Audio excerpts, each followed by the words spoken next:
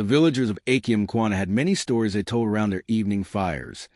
Stories of warriors, kings, hunters, river gods, lost treasures, and miracles.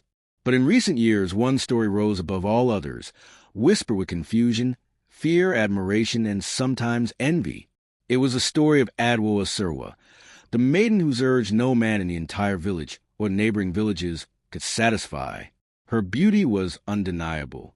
Men wrote poems about her skin, which glowed like the first light of dawn touching river water. Women admired her posture, straight like the royal palm trees that stood at the center of the village square. Children followed her everywhere, pulling her cloth and calling her sister Adwoa, because she never ignored them. Even the elders, who had seen decades of beauty and wisdom, admitted quietly that Adwoa Serwaa was no ordinary maiden. But the stories of her beauty were not what made her famous. No, what made Adwoa the center of every whisper, every argument, and every elders' meeting was something deeper, something troubling, something powerful, something nobody could understand. Adwoa Serwaa had an urge inside her, not the kind that is talked about in secret corners, not a desire for men or marriage or wealth. No, her urge was bigger, a burning hunger for purpose, leadership, strength, wisdom, and a partner whose soul ran as deep as hers. A man whose courage could stand beside hers without trembling. A man who did not fear a woman who thought for herself. A man who saw beyond physical beauty. This urge made her reject suitor after suitor. And because people did not understand the kind of fire burning inside her, they misinterpreted it. They whispered that she thought herself too perfect. They lied that she had spiritual problems. They claimed she was cursed. They insisted she was intentionally embarrassing men. All lies, but lies travel faster than truth. On the morning the elders nearly forced her into marriage with a man she despised, the entire village gathered in the dusty square. Adwoa stood in the center, her wrapper tied firmly around her waist, her natural hair braided into a crown-like style that made her look like a queen stepping out of history books. Her mother, Mama Adwoa Serwaa, stood behind her, eyes filled with fear, knowing the truth the village did not know, the truth Adwoa herself was not ready to understand. Adwoa's urge did not come from ordinary blood. It came from an ancestral prophecy that had been hidden for years, waiting for the right time to rise. But the villagers did not care about that prophecy. They cared about one thing. Why was Adwoa Serwaa refusing everyone? As she stood quietly, Nana Kofi Addo, the wealthiest and most arrogant young chief in Akyem Nkwanta, stepped forward. His chest jutted out with pride, gold chains around his neck, and a wrapper made from the finest Kent fabric. He believed he was doing her a favor by marrying her. He lifted his staff and slammed it on the ground. Adwoa Serwaa, he boomed, loud enough for his voice to echo through the palm trees. Tell this village why no man satisfies your urge. Why do you reject every great man who approaches you? What more do you want? The villagers murmured. Women shook their heads. Some men rolled their eyes, already prepared to insult her. But Adwoa stood tall, her eyes sharp but calm. I do not reject men to shame them, she said softly. I reject them because they do not match my destiny. People gasped. Destiny? Who talks like that? Nana Kofi Addo laughed mockingly. Destiny? What destiny does a mere maiden have? My father was a chief. My grandfather was a chief. I am a chief. I am the best this village has. If I do not satisfy your urge, then tell us, who can? His voice was full of pride, his chest swollen with arrogance. The kind of man who believed his wealth, looks, and position gave him rights over others. Adwoa turned slowly, looking at the villagers. Faces familiar, faces she had grown up with, faces that once loved her but now doubted her. Then she faced Nana Kofi Addo again. You do not satisfy my urge, she said, her voice steady as the morning sun, because you think only of yourself. You think leadership is about fear. You think a woman should bend simply because you demand it. You lack humility. You lack wisdom. You lack respect. You lack heart. The entire square fell silent. No one had ever spoken to Nana Kofi Addo like that. Nana Kofi's face darkened. His pride cracked open. His anger rose like boiling palm wine.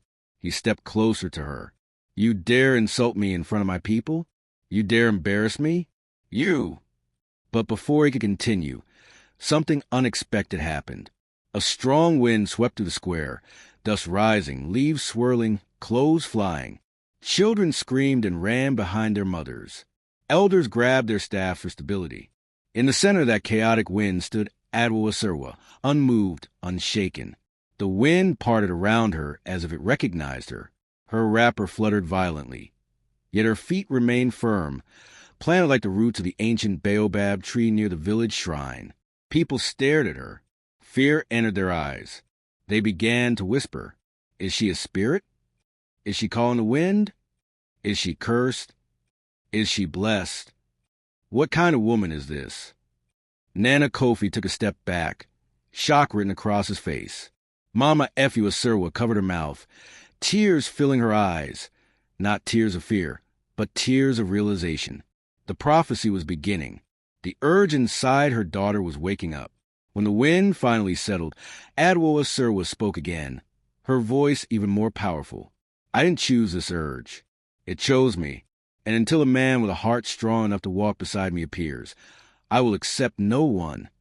The villagers froze. No one knew what to say. Nana Kofi, embarrassed and furious, pointed a staff at her. "You will regret this, Adwoa Serwaa. No man will come. You will grow old and remain in your mother's hut forever." Adwoa did not flinch. "If that is my destiny," she replied, "then so be it. But I will not lower myself for a man who cannot even control his own pride." Her voice pierced the air like lightning. Her words hit Nana Kofi Addo harder than any physical slap. The villagers slowly began to walk away, murmuring, whispering, fearing, wondering. Who is bold enough to satisfy this maiden's urge? What kind of man is she waiting for? When will destiny answer? But deep in the shadows, a pair of eyes watched Adwoa Serwaa with interest. A stranger who had arrived quietly that morning. A man who did not stand with the crowd. A man who listened more than he talked.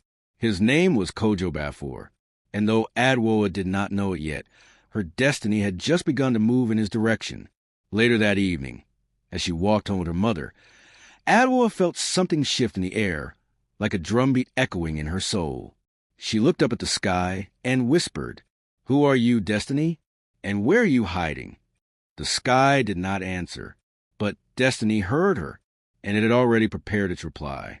If you are watching this powerful story on Tales by Wealth, kindly like this video, subscribe, and turn on the notification bell so you don't miss Chapter 2. The journey has only begun. The story of the wind that rose around Adwoa Serwaa in the village square did not stay within Akyem Nkwanta. No, news travels like a bird, and when the bird chooses to sing loudly, even the farthest towns will hear its voice. By the next sunrise, the tale had reached the borders of Akyem Nkwanta, then crossed into Kyabe, then journeyed further down paths lined with cocoa farms, rivers, and palm groves. The story grew wings. The story grew teeth. The story grew curiosity. People exaggerated it. Some said Adwoa commanded the wind like a goddess. Others said she had angered the gods. Some claimed she was rejecting men because she secretly wanted to be a priestess. Others said an evil spirit possessed her. Only one thing remained consistent in every version of the tale. No man in the village could satisfy her urge. And in Africa, especially in the olden days, that kind of story pulls men like honey attracts ants. By the third day after a public rejection of Nana Kofi Addo, suitors began arriving in Akyem Nkwanta, not only from their region but from far lands. They came on foot, on donkeys, on horseback, and even carried in hammocks by servants. Some came out of pride, seeking to prove that they were the man strong enough to conquer the impossible maiden. Some came out of greed, believing that marrying such a famous beauty would lift their status. Some came out of genuine admiration, wishing to know the mind behind such fearlessness. But none came with the heart Adwoa longed for. That morning, as the sun rose like a golden drum above the hills, Adwoa Serwaa swept her compound quietly. Her mother, Mama Adwoa, ground pepper in a wooden mortar, stealing glances at her daughter from time to time. "Adwoa, Mama Effiwa finally said softly, "More men are coming to see you today." Her daughter did not look up. The broom continued its soft brushes on the earth floor. "I know, Ma." Mama Effiwa swallowed. "You will not embarrass them, will you?" Adwoa gently leaned the broom against the wall. She walked toward her mother and sat beside her, placing a hand on her shoulder. "I have never embarrassed any man," she said quietly. "I only speak my truth." "But your truth is too heavy for some men," Mama Effiwa whispered. Adwoa looked away thoughtfully. "Then they are not meant for me." A shadow of worry crossed Mama Effiwa's face, but she did not argue. She remembered the prophecy. She remembered the night her own mother told her, "Effiwa, the child you will bear will be unlike the others. She will hunger for things ordinary men cannot understand. She will reject many. She will walk alone until the one born for her arrives." Mama Effiwa prayed silently that the time had come for that one. But destiny unfolds when destiny decides, not when humans beg. Before they could continue talking, a loud voice boomed outside the compound gate. "I have come from far to seek Adwoa Serwaa. Open your gate." Mama Effiwa sighed heavily. Adwoa stood, adjusting her wrapper. "Let us see what today brings." She walked to the gate and opened it. Standing before her was a tall man, muscular, with the confidence of a warrior. His chest was bare, except for a golden necklace shaped like a lion's head. A leopard skin cloth wrapped around his waist. He carried a spear decorated with cowries. Behind him were several younger men carrying baskets of gifts, yam, gold beads, palm wine, and a folded Kent cloth. He smiled broadly, revealing bright white teeth. "Beautiful Adwoa," he announced. "I am Kwame Okoto, the greatest hunter of Akyem Nkwanta. I have defeated lions with my bare hands, outrun horses, and fought spirits in the forest. No woman has ever rejected me. I hear you seek a man who can satisfy your great urge. I am that man." His confidence was almost tangible. It filled the air. Villagers gathered around quickly, whispering, "He is strong indeed. He is fearsome. He might be the one. He will surely humble her." Adwoa studied him quietly. Not his muscles, not his height, not his decorated spear. She studied his eyes. "Hunter Kwame," she said calmly, "tell me one thing. What is your greatest fear?" He laughed loudly, slapping his thigh. "Fear? I have no fear. A true warrior fears nothing." Adwoa shook her head gently. "A man who fears nothing is a man who knows nothing." Kwame Okoto stiffened. "What nonsense is that?" She pointed to the spear in his hand. "Your strength is impressive. But strength alone does not satisfy my urge. I seek a man with humility, wisdom, compassion, and courage, not a man who believes himself above fear." Kwame Okoto's voice rose angrily. "I crossed 3 rivers to come here, and you insult me? Who do you think you are?" Adwoa bowed her head respectfully. "A woman who knows what she wants." She turned and walked back into the compound. Kwame Okoto stormed away, leaving gifts scattered on the ground. The villagers murmured again, some praising her wisdom, others criticizing her firmness. But there was no time to reflect because another suitor arrived that same afternoon, Yapoku, a wealthy cocoa merchant from Kumasi. He wore a beautiful smock, carried a staff made of rare wood, and had rings on every finger. He bowed deeply before Adwoa. "I hear you seek a man with greatness," he said warmly. "I own 30 farms. I have workers, land, wealth, and influence. I can build you a big compound. You will never lack anything." Adwoa nodded slowly. "Ya Poku, I appreciate your words. But let me ask you, what brings you peace?" Ya Poku blinked. "Peace? Well, I find peace in money, in success, and property. Peace comes from controlling your world." Adwoa's eyes softened sadly. "A man who thinks peace is bought will destroy a woman like me." He frowned. "You speak in riddles." "I speak truth," she replied. She thanked him for coming, but the answer was clear. He left with an irritated huff, muttering, "This girl will remain alone forever." But even his departure did not stop the incoming wave of suitors. A poet from Hoho came, reciting beautiful verses. A fisherman from Ada brought baskets of fresh tilapia. A healer from Cape Coast carried herbs to clear her eyes. An Ashanti prince arrived, wearing heavy gold, offering her a mansion. But when Adwoa asked each of them, what makes a man honorable? What makes love last? What does a woman's purpose mean to you? They gave shallow answers. Some talked about wealth. Some talked about beauty. Some talked about pride. None spoke about heart, partnership, destiny, or shared purpose. Adwoa rejected them gently, but firmly. As the sun set, crowds dissolved slowly, and the compound grew quiet again. Mama Adwoa Serwaa approached her daughter and sat beside her. Adwoa, are you sure you're not expecting too much? Men are different. They do not always understand these things. Adwoa rested her head on her mother's shoulder. Ma, I do not expect perfection. I only expect honesty, heart, depth, wisdom. Men who come to me come with ego, pride, gifts, and assumptions. None come with soul. Mama Adwoa stroked her daughter's back, sadness filling her chest. My child, you are my heart, but your path is heavy. Adwoa took her mother's hand. I know, but I cannot pretend to be someone else. The stars began to appear, bright against the deepening sky. The chirping of crickets filled the air. A soft breeze danced through the leaves nearby.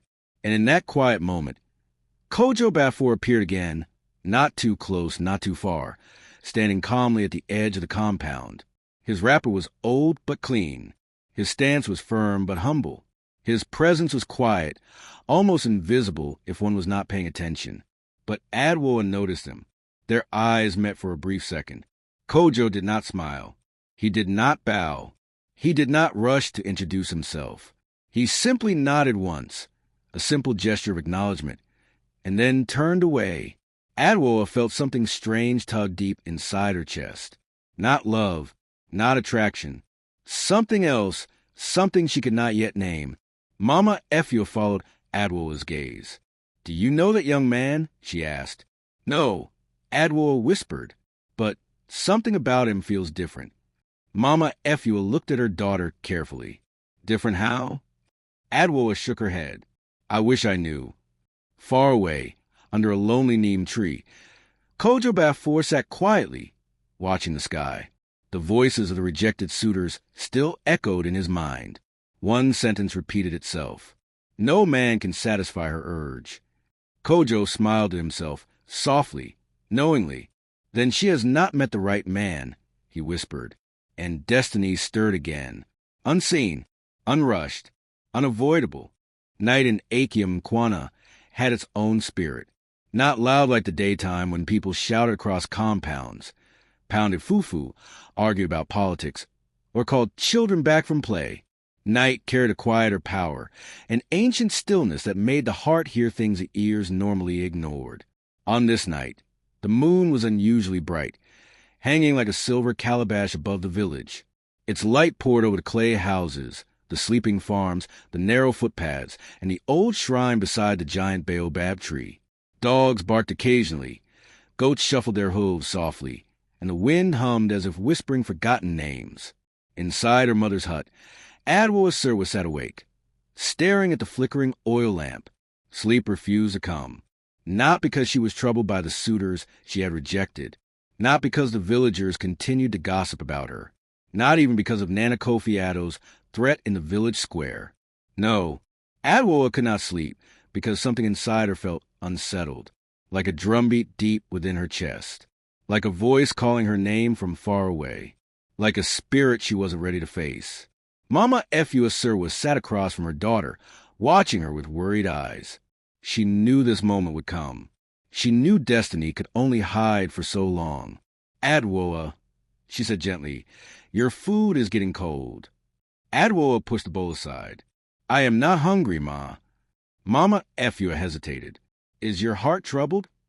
Adwoa paused before answering. Not troubled, restless. Mama Adwoa closed her eyes briefly. She remembered the prophecy again. She remembered the night her mother, Adwoa's grandmother, held Adwoa as a newborn, looked into her eyes, and whispered, this child will carry the fire of the ancestors. She will hunger for things ordinary men cannot give her. Her urge will be her strength and her burden. At that time, Mama Efua had brushed it off, thinking it was simply the dramatic language elders loved to use. But as Adwoa grew, fearless, wise, questioning, unshakably strong, Efua realized her mother had spoken truth. Tonight, that truth was calling. Mama Efua took a deep breath, stood slowly, and moved toward a small wooden box hidden beneath a folded Kent cloth. The box was old, older than Efua herself. Its edges were worn, its carvings faded, but it held a power the villagers would never understand.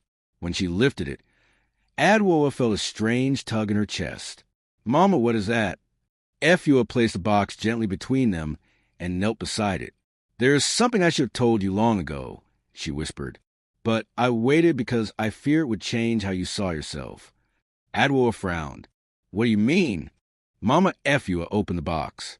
Inside was a folded piece of ancient cloth, deep brown, with strange symbols stitched into it using gold thread. The fabric smelled of smoke, earth, and age. It looked like something pulled from a forgotten shrine. Adwoa leaned forward. "What is this?" Efua stared at the cloth, her eyes glistening. "This belonged to your grandmother, Yanayam. Adwoa blinked. She had heard the name before, as a child. She used to hear women whisper about a fearless woman warrior from decades ago, a woman who led hunters into dangerous forests, a woman said who stood before spirits without shaking. "Yanayam?" Adwoa repeated. "Ma, you never told me she was my grandmother." Mama Efua nodded slowly, because she was not just a grandmother. She was a woman unlike any other. Her spirit was powerful, too powerful, and she carried an urge, stronger than anything this village had seen. The same urge that burns inside you. Adwoa's breath caught. "Mama, what are you saying?" Efua picked up the cloth and unfolded it. The golden symbols glowed faintly under the lamplight. Yanayam was chosen by the ancestors, Mama Efua said. Chosen to protect the village.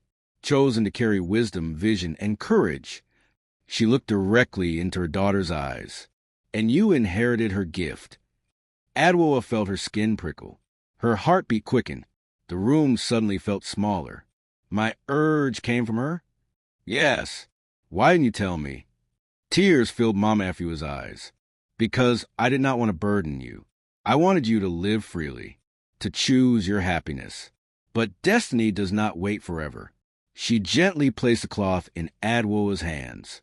The moment Adwoa touched it, something inside her shifted.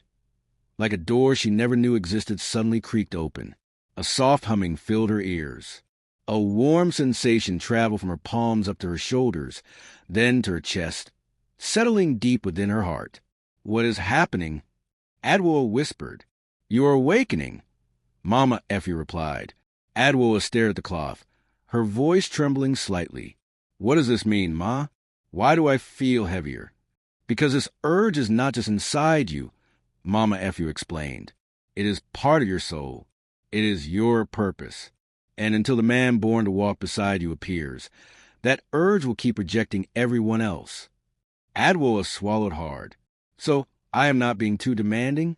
I am not being proud." "No," Mama Efua said firmly. "You are being yourself, the true self you were meant to be." Adwoa closed her eyes, overwhelmed. "But Ma, what if the man destined for me never comes?" Mama Efua touched her cheek gently. "He will come. Spirit never makes a promise it cannot fulfill." Adwoa opened her eyes slowly. "How will I know him?" Mama Efua took a deep breath. "There is a symbol stitched right here on the cloth." She pointed to a golden marking that looked like an ancient Adinkra symbol, shaped like a spiral intertwined with a flame. "Your grandmother said the man who carries a birthmark that resembles this symbol, that is the one the ancestors chose for you." Adwoa studied the symbol, memorizing its curves and golden lines. "The man who carries this mark will satisfy your urge," Mama Efua whispered. "Not with wealth or strength, but with depth, courage, humility, wisdom, and destiny." Adwoa pressed the cloth to her chest. "Mama, I have not seen any man with such a mark." Mama Efua nodded. "That is because the man has not yet revealed himself." There was silence, heavy, but not frightening. It was a silence of truth settling into place. Suddenly, They heard a soft sound outside, footsteps stopping near the doorway. Mama Efua's face turned pale with worry. "Who is there?" she called. A familiar voice answered. "It is I, Kojo Baffour." Adwoa's heart skipped. Kojo? Why did he come at this hour? Adwoa quickly folded the cloth and hid it back in the box. Mama Efua closed the lid gently. "Enter," she called out. Kojo stepped inside, bowing respectfully. "Forgive me for coming unannounced," he said quietly. "I only came to return the water pot that Sister Adwoa allowed me to use earlier." Mama Efua nodded. "It is all right." But Adwoa could not take her eyes off him. Something about him felt alive, strong, grounded, different. Kojo placed the pot beside the door and turned to leave, but as he did, the edge of his wrapper shifted, and a faint marking on his upper arm peeked out. Adwoa's breath froze. Mama Efua gasped softly. The marking was not fully visible, but the little they saw resembled something too familiar. A spiral, a curve, a flicker of a flame. Exactly like the symbol on the ancestral cloth. Before Adwoa could react, Kojo adjusted his wrapper again, covering the mark. He nodded at them politely. "Good night." And he stepped out into the moonlit darkness. Mama Efua grabbed Adwoa's arm. "Did you see it?" Adwoa whispered, her voice almost cracking. "Yes." Mama Efua stared at her daughter, trembling. Adwoa, the ancestors were not lying. Adwoa covered her mouth, tears rushing into her eyes. "Mama, is Kojo Baffour the one?" Mama Efua took her daughter's hands. "We must be careful. We must watch him. We must allow destiny to show itself fully." "But Adwoa, something is moving. Something big." Adwoa felt her heart beating so loudly she could hear in her ears. All her life, she thought her urge was a curse, a flaw, something wrong with her spirit. Now she saw it differently. Her urge was a compass, a calling, a fire passed down from a woman warrior she had never met. And Kojo Baffour, that quiet young man standing at the edge of the compound, that humble stranger who did not chase her beauty, that man with the hidden birthmark, he might be the answer she had waited for. Her voice trembled as she whispered, "Mama, what do I do now?" Mama Efua squeezed her hand. "Wait. Watch. Listen. Destiny does not shout. It whispers." Adwoa nodded slowly. But deep inside her chest, the drumbeat of destiny grew louder, steadier, stronger. A fire was awakening. A story was unfolding. A path was clearing. And for the first time in her life, Adwoa Serwaa felt fear. Not the fear of weakness, but the fear of fate approaching. My people, if you are watching the story on Tales by Wealth, don't forget to like this video, subscribe, and turn on your notification bell so you don't miss Chapter 4. The truth you are waiting for is coming. Morning came gently to Akyem Nkwanta, brushing golden light across the rooftops and waking the smell of firewood, palm oil, and wet earth. Roosters crowed loudly, goats bleated for food, and women began their daily routine, sweeping compounds, setting pots on fire, and calling children to fetch water. Life moved as it always had. Yet for Adwoa Serwaa, everything felt different. She awoke before the sun fully climbed the sky, her mind racing with images of Kojo Baffour and the glimpse of his strange birthmark. Every time she closed her eyes, she saw the golden Adinkra symbol from her grandmother's cloth shimmering over his arm. Her heart beat with a rhythm she had never known before, half fear, half wonder. Mama Efua Serwaa watched her daughter quietly as she prepared breakfast. "You didn't sleep much last night," she said softly. "No, Ma. My mind is crowded." Efua nodded. The prophecy is heavy, but destiny always reveals itself in small steps. Adwoa nodded, though her eyes remained distant. She didn't know whether she wanted Kojo to be the one or feared it. What she didn't know was simple. Something inside her had awakened, and she could not silence it even if she wanted to. Before the morning fully settled, a loud knock sounded on their compound gate. Mama Efua stiffened. Suitors again? Adwoa sighed, wiping her hands on her cloth. Likely. But when she opened the gate, her breath caught, not from shock, but from curiosity. There stood Kojo Baffour, holding a small clay pot filled with fresh palm wine. His wrapper was simple, faded from use. His sandals were worn at the edges. His posture was straight, but gentle. And most striking of all, unlike other men, he did not bow dramatically, puff out his chest, or force a smile. He simply stood there, holding the pot with both hands, as if offering peace to the morning itself. "Good morning, Sister Adwoa," he said softly. His voice was warm, calm, steady, not proud, not needy, not desperate. It was the voice of a man who was comfortable with himself. "Good morning," Adwoa replied, trying to steady her heartbeat. Kojo extended the clay pot. "I tapped fresh palm wine this dawn. I thought your mother might enjoy some." Adwoa blinked. No suitor had ever brought something for Mama Efua. They brought gifts to impress Adwoa, gold bracelets, expensive Kent, exotic food, but never something simple, humble, genuine. She accepted it with a faint smile. "Thank you. Mama will appreciate this." As she turned to take it inside, she heard Kojo say, "May I help you with something today?" She stopped. A suitor had never asked to help her. They demanded attention, not the chance to give it. "What do you mean?" she asked. Kojo shrugged lightly. "I saw the firewood stack in the back. Is almost finished. I can split more logs if you need." Adwoa stared at him, a long, curious stare. Why was he like this? Why was he so different? "Are you sure?" she asked softly. "Yes," Kojo said simply. Not because he wanted to impress her. Not because he wanted attention. Just because. She nodded slowly. "All right." Kojo set to work. He removed his upper cloth, revealing lean muscles shaped by real labor, not vanity.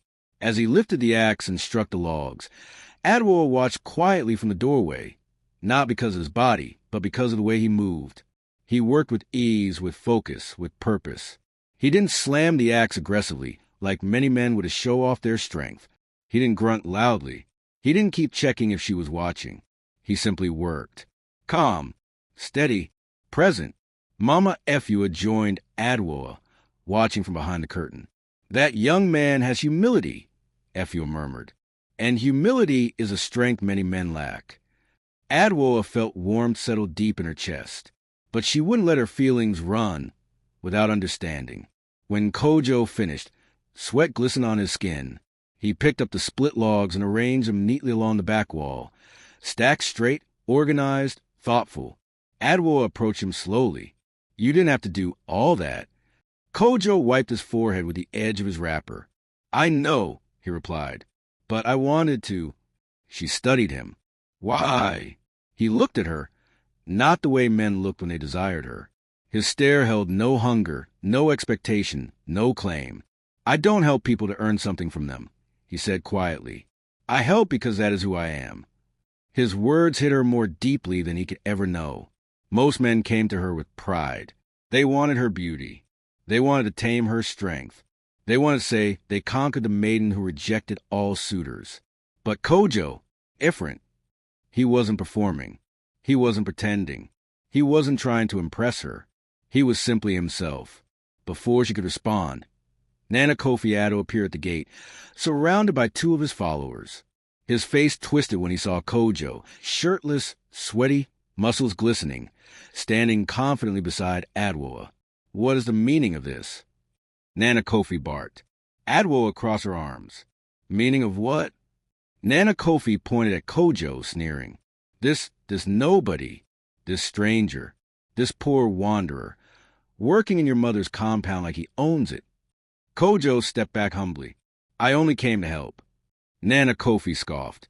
"Help? Or steal attention?" Adwoa's eyes hardened. "Nana Kofi, do not speak to him with disrespect." Nana Kofi's face reddened. "Adwoa Serwaa, you reject noble men, wealthy men, strong warriors, but allow this useless man to stand beside you." Kojo didn't flinch. His calmness irritated Nana Kofi even more. Adwoa stepped forward, placing herself between Kojo and Kofi. "I choose who I speak to," she said firmly. "Not you." Nana Kofi narrowed his eyes. "Do you know who I am? I am the son of a chief. You cannot embarrass me again." But Adwoa did not back down. "And do you know who I am?" she countered. A woman who bows to no arrogance. The air thickened. Onlookers gathered quietly near the compound. The tension hummed like a drum stretched too tightly. Nana Kofi pointed a shaking finger at Kojo. "Stay away from her. Do you hear me? If you come near her again, I will make sure you regret ever stepping foot in this village." Kojo spoke for the first time, his voice calm, not afraid, not defensive, simply honest. "I do not fear men who shout," he said. "I fear men who harm." Nana Kofi's eyelids twitched. "You dare talk back to me?" Kojo shook his head. "No, I only speak the truth." Adwoa felt a strange electricity pass through her. Kojo's restraint. Kojo's strength without violence. Kojo's calmness in the face of insults. This was the depth she craved. This was the heart she longed for. This was the spirit her urge recognized. Nana Kofi took a threatening step forward. "You think you are better than me?" Kojo met his gaze. "I think we are different men." Before Kofi could attack, Mama Efua stepped out. "That is enough," she commanded. "This is my compound. If you want to start your fights, take it outside." Nana Kofi clenched his fists, breathing heavily. "This is not over," he growled. "You will all see." Then he turned and stormed away with his followers. As soon as he was gone, Kojo picked up his cloth and quietly draped it around his shoulders. "Thank you for standing up for me," he said softly. Adwoa shook her head. "You stood up for yourself. I only match your courage." Kojo smiled faintly. "Still, thank you." He began to leave, but Adwoa stopped him gently with her voice. "Kojo, may I ask you something?" He turned. "Yes." She took a step closer, her heart softening despite her attempt to remain composed. "Why did you really come to Akyem Nkwanta?" Kojo held her gaze. His voice was quiet, but his words carried weight. "I came because something pulled me here. Something I cannot explain. And when I saw you, it felt as if the path I had been walking finally made sense."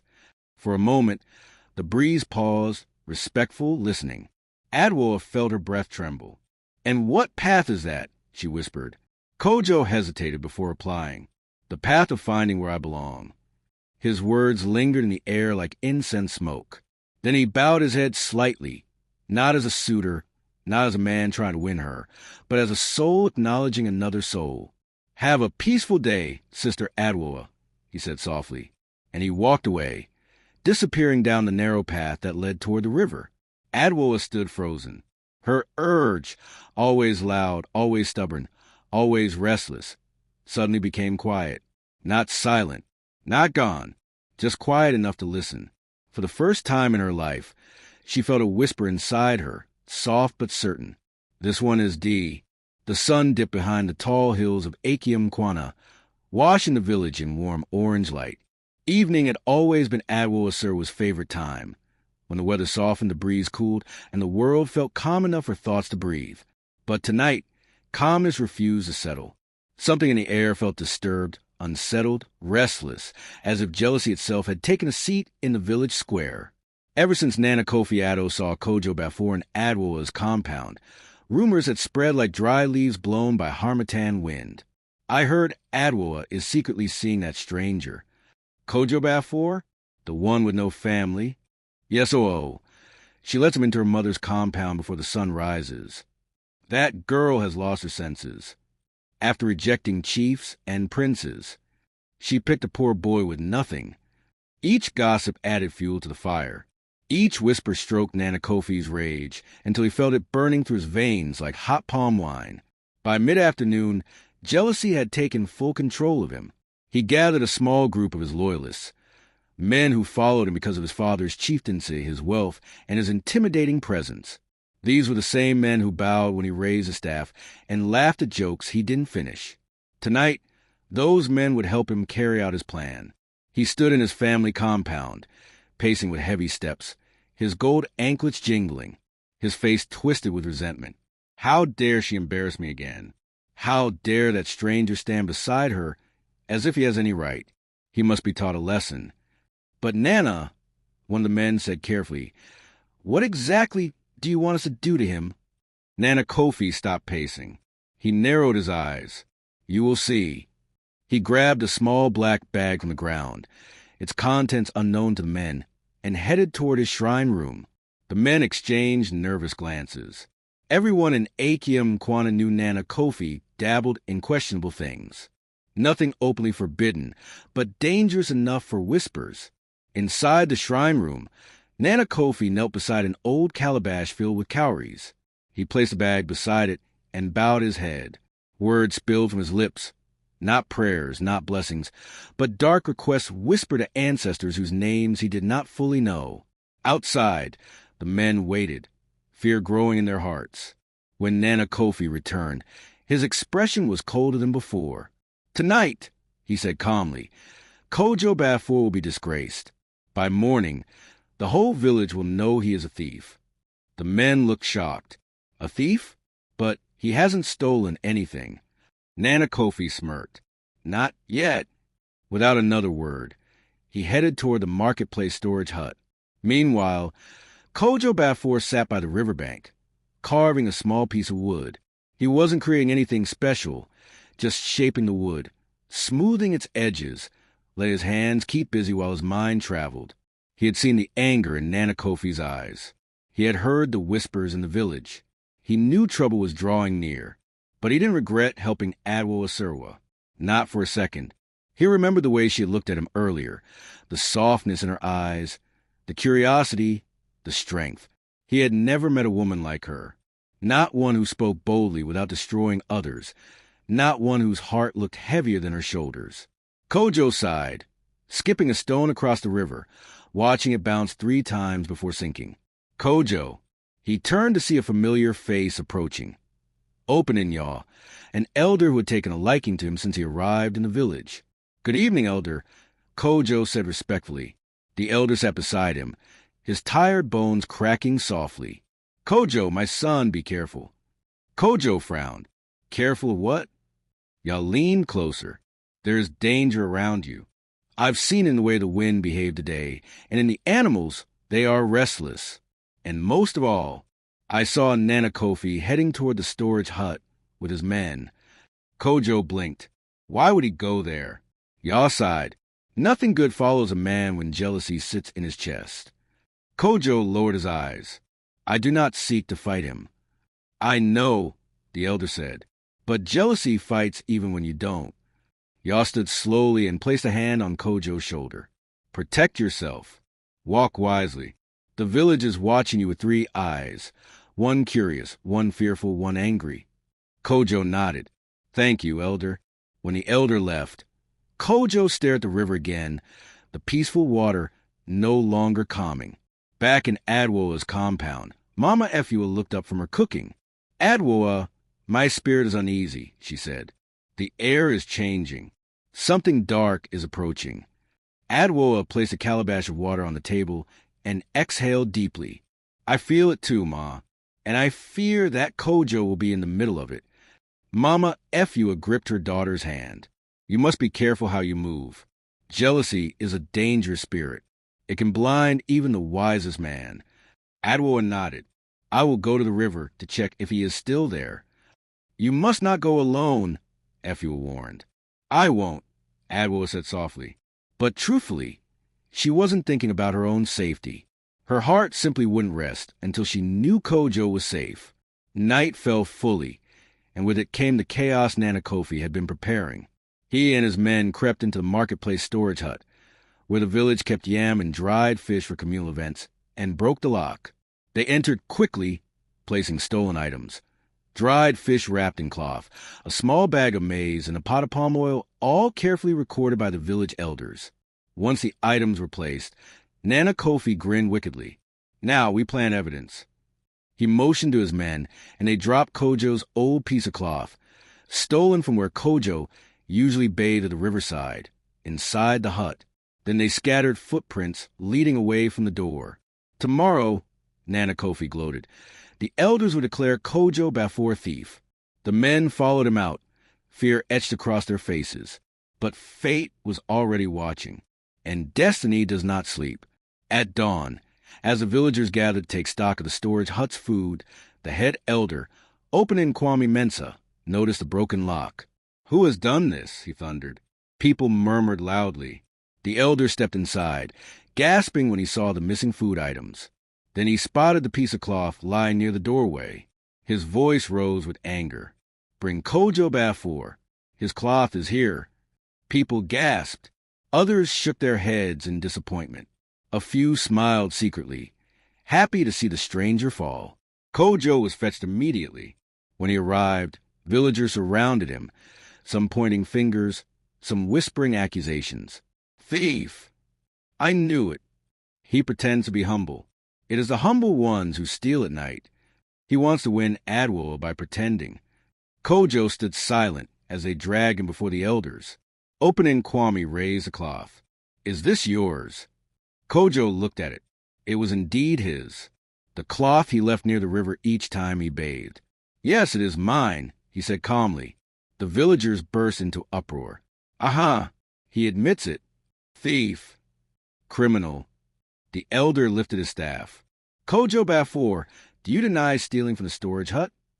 Kojo met his gaze. "I deny it." "Then how did your cloth end up here?" "I do not know," Kojo said softly. His calmness angered them more. "You are lying," a man shouted. "Beat him," another yelled. Just then, a voice thundered from behind. "Stop." Everyone turned. Adwoa Serwaa stormed into the crowd, fire burning in her eyes. She marched straight to Kojo and stood beside him, shoulder to shoulder, unshaken. "Kojo is not a thief," she said boldly. Opening Nkwanta frowned. "Adwoa, do not involve yourself in this matter." "I am already involved," she replied, "because this is injustice." Nana Kofi stepped forward, feigning shock. "Injustice? Are you calling the elders blind?" "I am calling the situation manipulated," Adwoa said sharply. "Someone planted that cloth." Gasps rippled through the crowd. Nana Kofi's eyes widened in fake offense. And who would do such a thing? Adwoa's gaze sliced through him. Only a jealous man. Only a man whose pride has been wounded. Only a man desperate to bring another man down. Nana Kofi stiffened. "You dare accuse me?" he snapped. Adwoa stepped closer, her voice low but lethal. "If the shoe fits, Nana Kofi, then wear it." Some villagers gasped. Others stepped back, knowing a storm had arrived. Opening Nkwanta slammed his staff on the ground. "Enough!" Silence fell. "We will judge this matter tonight, after sacred sunset. Let the spirits reveal the truth." He pointed at Kojo. "Until then, you will remain in the custody of the elders." Adwoa grabbed Kojo's hand, surprising even him. "You will not stand alone," she whispered. Kojo stared into her eyes, steady, calm, unbroken. "I know," he said. And as the elders led him away, the wind shifted again, just like the day Adwoa rejected Nana Kofi in the village square. People whispered. Mama Efua prayed. And Nana Kofi, he trembled, because destiny had just taken Adwoa Serwaa's side.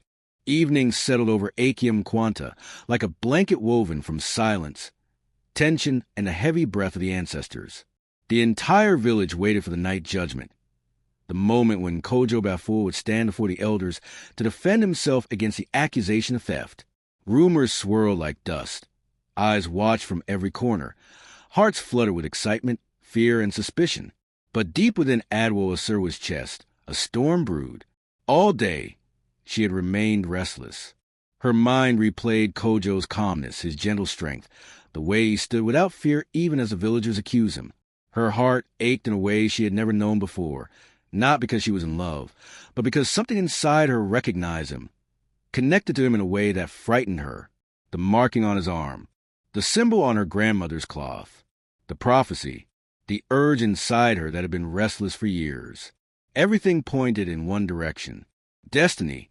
Mama Efua Serwaa watched her daughter pace the compound. "Adwoa, come and sit. You walked a path in this ground."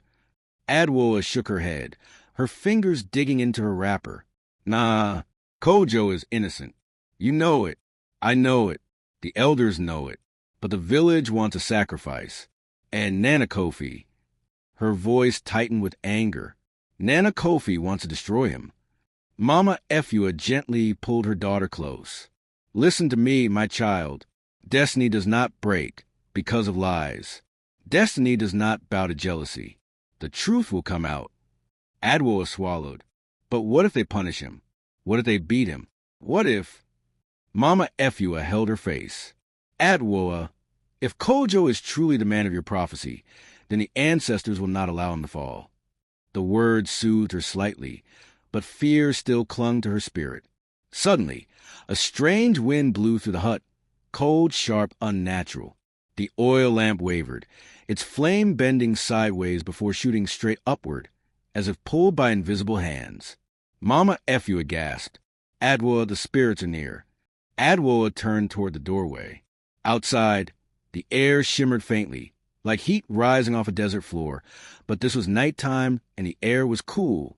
Yet the shimmer grew brighter, more solid, forming the faint outline of a woman, tall, powerful, wearing the garments of old warriors.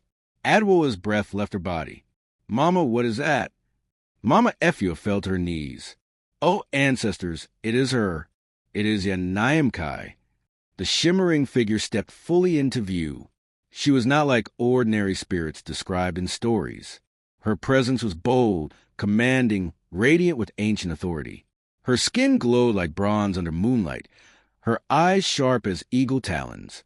A staff rested in her hand, carved with the same golden spiral symbol that lived on the ancestral cloth. Adwoa dropped to her knees, trembling. Grandmother. Yanayamkai lifted her chin. Rise, child. Her voice was strong, echoing, layered with both gentleness and thunder. Adwoa scrambled to her feet, heart pounding so violently she thought it might burst from her chest. I don't understand, she whispered. Why have you come? Yanayamkai stepped closer, her body glowing brighter. Because the time has come. Adwoa's entire world stilled. The time, she repeated. Yes, the time for your destiny to open. The time for your urge to rise. The time for the chosen one to reveal himself fully. Adwoa felt tears in her eyes. Is it Kojo? Is he the one? The spirit nodded slowly. Yes. Mama Efua let out a sob of relief. Yanayamkai continued. He carries the mark because he carries the spirit of truth. He was born under a sign the ancestors placed long before you were even in your mother's womb. His heart has the humility you need. His mind has the wisdom you seek. His courage will match yours. His destiny intertwines with yours like two roots of the same ancient tree. Adwoa gasped, but the village thinks he is a thief. Yet Nyamkai's eyes flash with anger. Lies fade when truth stands tall. What should I do? Adwoa asked desperately. Should I defend him again tonight? Should I tell the elders about the prophecy? The warrior spirit shook her head. No, your destiny is not carried on your tongue. It is carried on your actions. Adwoa felt her breath hitch. Yet Nyamkai leaned closer, her voice dropping. Tonight, when the moon reaches its highest point, the elders will gather around the Osofo stone for judgment. You must be there. You must stand behind Kojo. You must hold the ancestral cloth. Adwoa's eyes widened. But won't they accuse me of witchcraft? Let them think what they wish, the spirit said sharply. You were not born for their comfort. You were born for purpose.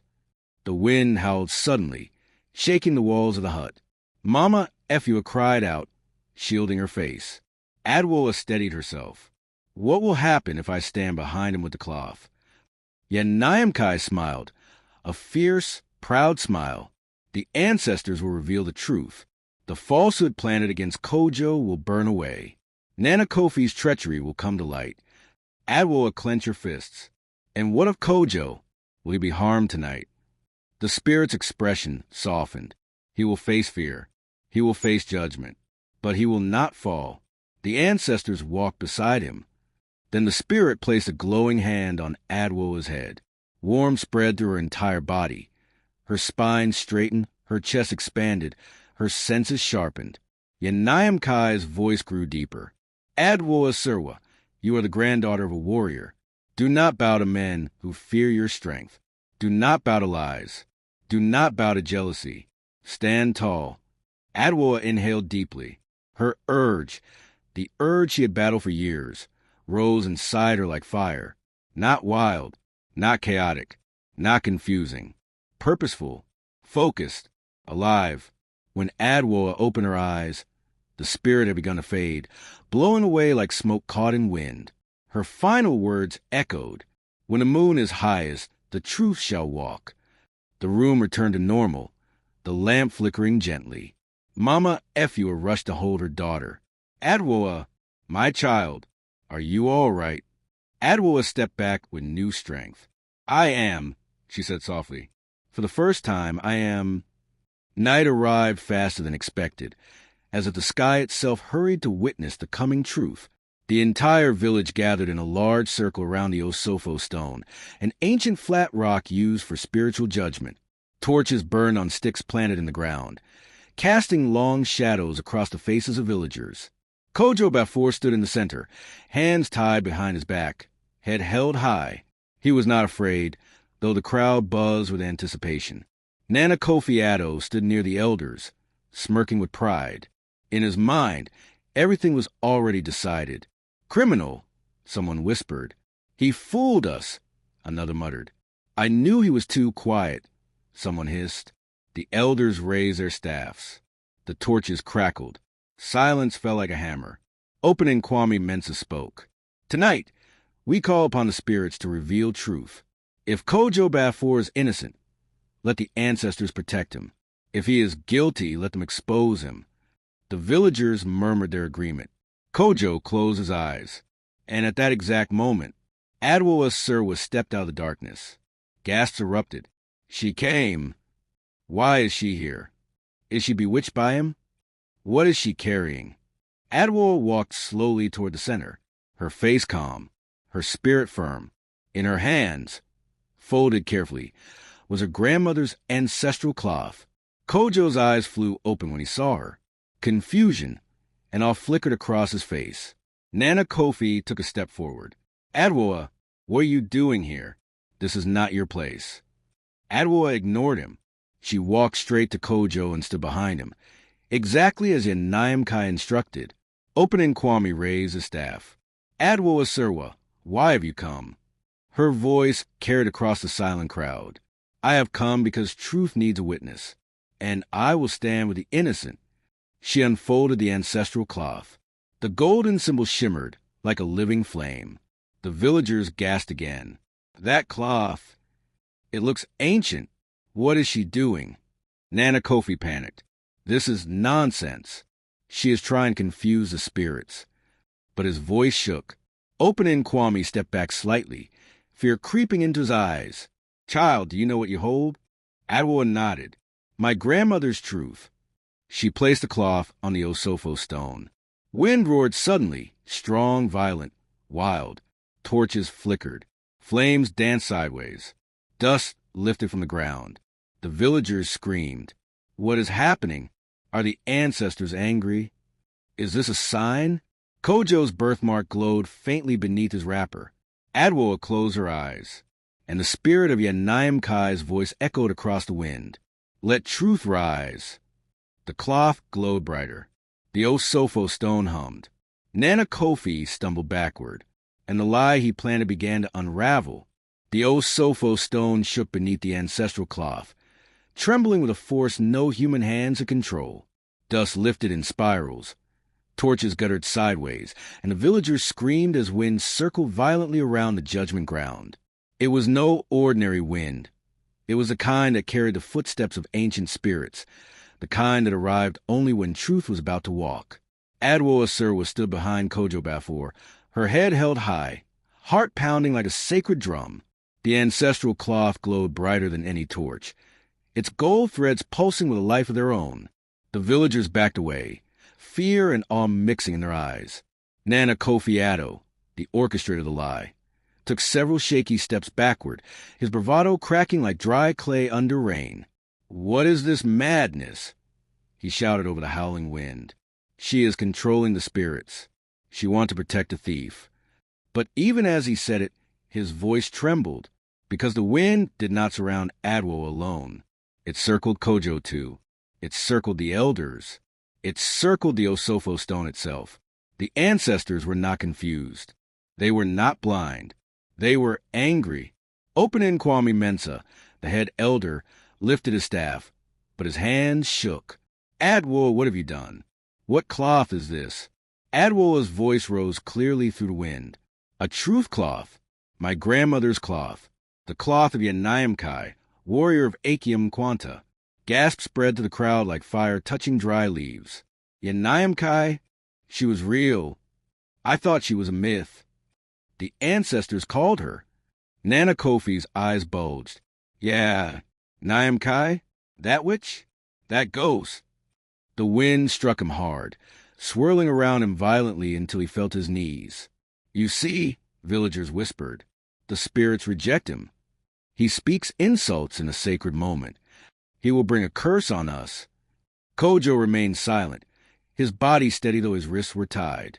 His eyes were calm, not because he feared nothing, but because he trusted something greater than himself was moving. The head elder pointed at Adwoa. Child, if this cloth is truly from Nkwanta, then the ancestors must have guided you. And if the ancestors guided you, then this judgment must change. Adwoa nodded slowly. The truth will reveal itself, she said.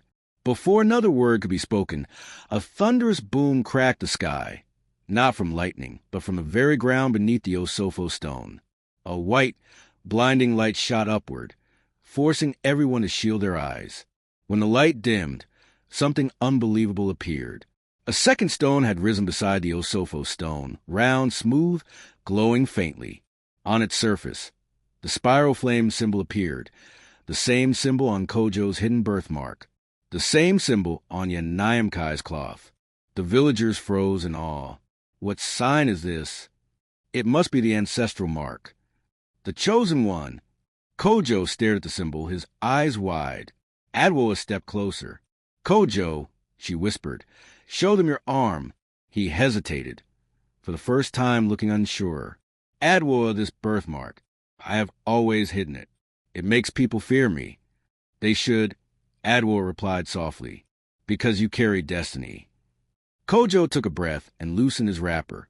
When he pulled it down slightly, the mark on his upper arm glowed, not brightly, but enough for all to see clearly. The villagers gasped again. It's the same symbol. He is marked by the ancestors. He is chosen. Nana Kofi stumbled backward, sweating. No, this is trickery. He must have drawn on his arm. The elder frowned. No man paints a birthmark like that, and the ancestral stone would not have risen if it were false. The wind quieted. The air stilled. The moment had come. Open Nkwame lifted his staff, his voice trembling with reverence. Kojo Baffour, the ancestors have chosen your path. You must now undergo the test of the ancestral stone. Whispers shot through the crowd. The test. No one has taken that test in decades. The last man nearly died. Adwoa clenched her fists. What is the test? She demanded. The elder turned to her with a heavy expression. It is a test of truth, of spirit, of courage. A man marked by the ancestors must place his hand upon the stone. If his heart is pure, the stone will bless him. If he is false, the stone will reject him. Adwoa's heart dropped. Reject him how? She whispered. But the villagers answered before the elder could. Rejection kills. The stone burns the unworthy. Ancestors do not spare liars. Adwoa's knees weakened. She grabbed Kojo's arm. Kojo, you do not have to do this. You owe this village nothing. This is dangerous. Kojo met her gaze calmly. I owe myself the truth. But... He placed a gentle hand on her shoulder. Adwoa, if I run from this, then I am not the man you think I am. Her breath hitched. You are enough, she whispered. Kojo smiled faintly. And so are you. But destiny is calling. I cannot turn away. He stepped forward. The villagers parted like water around a canoe. Kojo stood before the glowing ancestral stone. Its surface pulsed like a heartbeat. The spiral symbol shimmered, calling to him like an echo of his own spirit. Open Nkwame raised his staff. The ancestors await your hand. Kojo inhaled deeply. Then he extended his right hand toward the stone. The villagers held their breath. Some prayed. Some feared. Some secretly hoped he would fail. His fingertips touched the stone. The moment his skin connected to the ancient surface, the entire judgment ground erupted in light. The stone glowed blinding white. Kojo's birthmark flared brighter than ever before. The wind roared, stronger than the storm that visited Adwoa in her childhood stories. The villagers screamed and fell to their knees. Adwoa stood frozen, eyes wide, heart pounding. She felt the urge inside her rise, pushing against her ribs, pulling at her spirit like a force she could not contain. Kojo gritted his teeth as the light intensified. His arms shook violently, his entire body trembling under the weight of ancestral power. Adwoa forced her way toward him. "Kojo," she cried. But she couldn't reach him. The wind was too strong, pushing her back as if protecting him. Kojo squeezed his eyes shut. He whispered a single sentence. "Ancestors, see my heart." The stone pulsed harder. Light exploded outward. And then silence. Absolute silence. The wind died. The light vanished. Kojo collapsed to his knees, gasping for breath. The stone stopped glowing. For a full heartbeat, no one moved. Then the miracle appeared. The ancestral stone glowed faintly again, not with fire this time, but with soft gold. A warm, gentle light spread over Kojo's hand, climbing up his arm like a blessing traveling through his veins. The villagers gasped. He passed. The ancestors accepted him. He is pure. He is the chosen one. Adwoa burst forward, falling beside him. "Kojo, Kojo, are you hurt?" He lifted his head slowly, sweat pouring down his face, eyes shining with exhaustion but alive. "I'm fine," he whispered. Adwoa pulled him into her arms, not caring who watched. Their hearts beat together, steady and strong. The elders bowed deeply before the stone. Opening Kwame spoke in a trembling voice. "The ancestors have spoken. Kojo Baffour is innocent. He is chosen. He is protected." The villagers fell silent. Nana Kofi's face twisted with terror. "This cannot be. This cannot." But before he finished, the ancestral stone hummed again, louder this time, and a bolt of golden wind struck him, knocking him flat on his back. The villagers screamed. It hit him. The ancestors have punished him. He lied. Nana Kofi lay on the ground shaking, his pride shattered, his lies exposed. Kojo struggled to stand. Adwoa helped him, wrapping his arm around her shoulder. When he looked at her, something deep and unspoken passed between them. Not love, not yet. Recognition, connection, destiny. But the test was not fully over. The elder raised his staff. "Kojo Baffour has passed the test of truth, but another test awaits." Adwoa stiffened. "What test?" she asked sharply. "The test of the sacred grove," the elder said. "Only then will destiny be complete." The villagers gasped. "That test is deadly. No one has entered the grove in years. It is forbidden." Adwoa's voice cracked. "No, he cannot do another test. He will die." Kojo squeezed her hand. "I survived this," he said softly. "I will survive the next." Tears filled her eyes. "Kojo, please." He touched her cheek gently, wiping a tear. "You said it yourself," he whispered. "Destiny does not bow." Adwoa trembled, her heart torn between fear and fate. Kojo turned to the elders. "I will face the sacred grove." The villagers gasped in disbelief. Adwoa's heart broke open. Kojo lifted his chin. For truth, for destiny, and for the first time, Adwoa's urge was not restless. It was awakened, alive, blazing, because Kojo Baffour had just proven he was not only chosen, he was brave enough to walk through fire for truth, and destiny had only just begun. The night after the test of the ancestral stone was not like any night Akyem Nkwanta had ever seen. Even the crickets were silent. Even the winds seemed to hold their breath. A heavy sacredness settled over the village, as if the ancestors themselves sat among the huts, watching every movement, listening to every heartbeat, waiting for the next step in a story that had been written long before any of them were born. Inside Mama Adwoa Serwaa's compound, Kojo Baffour lay on a mat, breathing deeply but weakly. His body trembled occasionally from the force of the ancestral light, but his spirit remained unbroken. His eyes were closed, but he was not asleep. He was listening, feeling, preparing. Adwoa Serwaa sat beside him, one hand resting on his chest, the other clasping his trembling fingers. She had dampened a cloth several times to cool his forehead, whispered prayers over him, and begged the universe not to punish a man who had shown nothing but truth. Mama Efua paced slowly near the doorway, clutching prayer beads in her hands as she murmured ancient words her mother taught her. Her eyes held fear, but also a deep, unshakable faith. The moonlight slipped into the hut and rested over Kojo like a blessing. "Kojo," Adwoa whispered, her voice barely holding together, "you should be resting." His eyes fluttered open halfway. He looked at her with a soft strength that made her heart shiver. "I am resting," he murmured. "Resting in the one place I know I should be, beside you." Her breath hitched. He smiled faintly. "Do not fear for me, Adwoa. The ancestors did not bring me here to die. But the sacred grove," she looked away as tears filled her eyes. "People vanish there.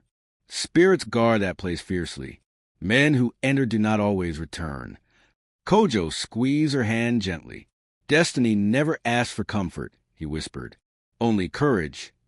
Adwoa closed her eyes tightly. "Why must you do this? You already proved your innocence." Kojo paused, his voice softening. "This is not just about innocence. This is about destiny. About who I am. About who you are." Adwoa felt her urge rise inside her, stronger than ever, like a fire pressed against her ribs. "I do not want to lose you," she said quietly. Kojo looked at her for a long, long moment. "You won't." He attempted to sit up, but groaned. Adwoa immediately held his shoulders. "Kojo, slow down." "I have to prepare," he said, forcing himself upright. "The sacred grove calls at dawn." Adwoa grabbed his arm. "Then I will go with you." Kojo shook his head firmly. "No, the grove tests only one spirit at a time. If you enter with me, you may face dangers meant for my soul, not yours." "But I cannot stay here doing nothing." Kojo raised a trembling hand to her cheek. "You are not doing nothing, Adwoa. You are helping me stand. You are keeping my heart steady. You are the fire I carry inside me. You are part of every breath I take tonight."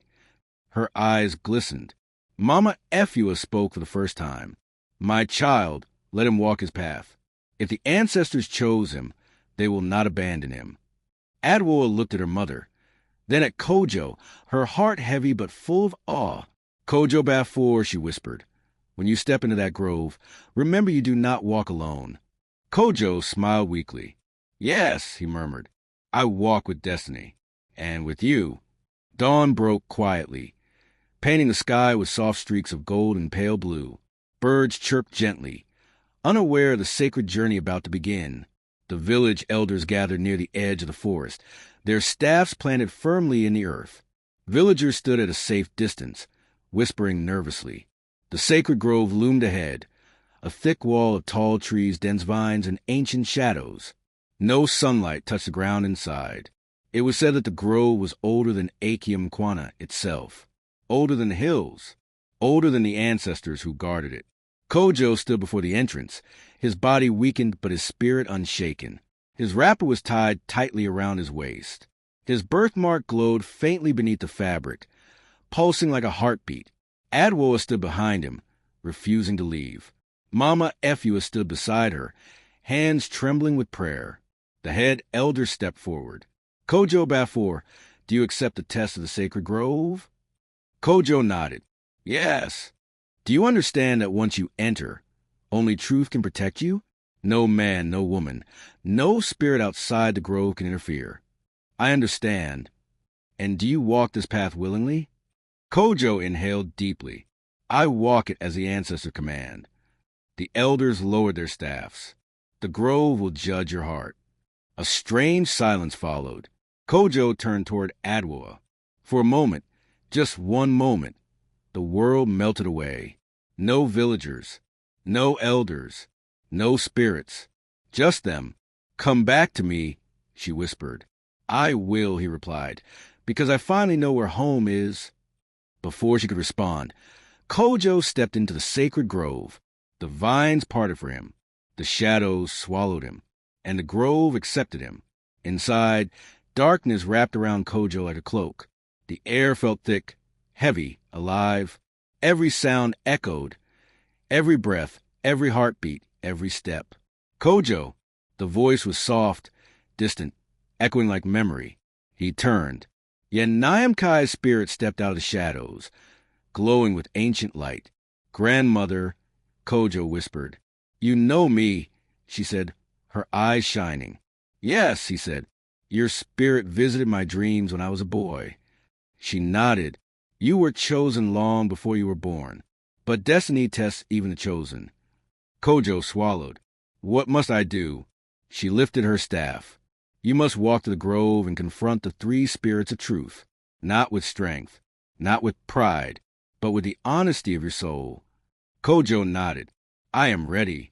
Nyamkai stepped aside. The grove split open, revealing a long path lit by flickering blue flames. Kojo walked. The first spirit appeared, a massive shadow shaped like a man. "Who are you without your name?" it thundered. Kojo hesitated, then answered, "A man seeking purpose." The shadow dissolved. The second spirit emerged, a glowing woman wearing gold. "What do you desire in this world?" she asked. Kojo bowed his head. "To walk beside truth." She vanished. The third spirit appeared, a small child with tear-filled eyes. "What do you fear most?" it whispered. Kojo's heart clenched. "Losing the one destiny chose for me." The child smiled softly and disappeared. The grove fell silent. Kojo stood alone. Then Nyamkai's voice echoed. "You have passed." The trees parted. Light poured through. Kojo walked out of the sacred grove at sunrise, exhausted, shaking but alive. The villagers gasped. He returned. He survived. The ancestors accepted him. Adwoa broke into a run. She flung herself into his arms, tears streaming down her face. "You came back," she cried. Kojo held her tightly. "I told you," he whispered. "I would return home." The elders bowed. Opening Kwame lifted his staff. Kojo Baffour has passed the test of truth and the test of the sacred grove. The ancestors themselves have chosen him. Every head turned to Adwoa. Her urge, her lifelong restlessness, finally quieted, not extinguished, fulfilled. Kojo turned to her, his voice steady. "Adwoa Serwaa, you have walked beside me in spirit. Will you walk beside me in life?" Adwoa felt warmth rise through her like dawn breaking in her chest. "Yes," she whispered. "Yes, I will." The villagers erupted in shocked cries, but not rejection. Respect, because destiny had spoken. Nana Kofi bowed his head in shame, his pride shattered, his lies exposed. He could not fight a story written by the ancestors. Mama Efua wept with joy. The wind rose again, swirling gently around Adwoa and Kojo, not violent, not fierce, but soft, protective, approving. The whisper of Nyamkai brushed their ears. The urge has found its match. And so, in the heart of Akyem Nkwanta, under the morning sun and the blessing of the ancestors, Kojo Baffour finally satisfied the urge that had lived inside Adwoa Serwaa since the day she was born. Not through strength, wealth, or pride, but through truth, courage, destiny, and a heart deep enough to meet hers.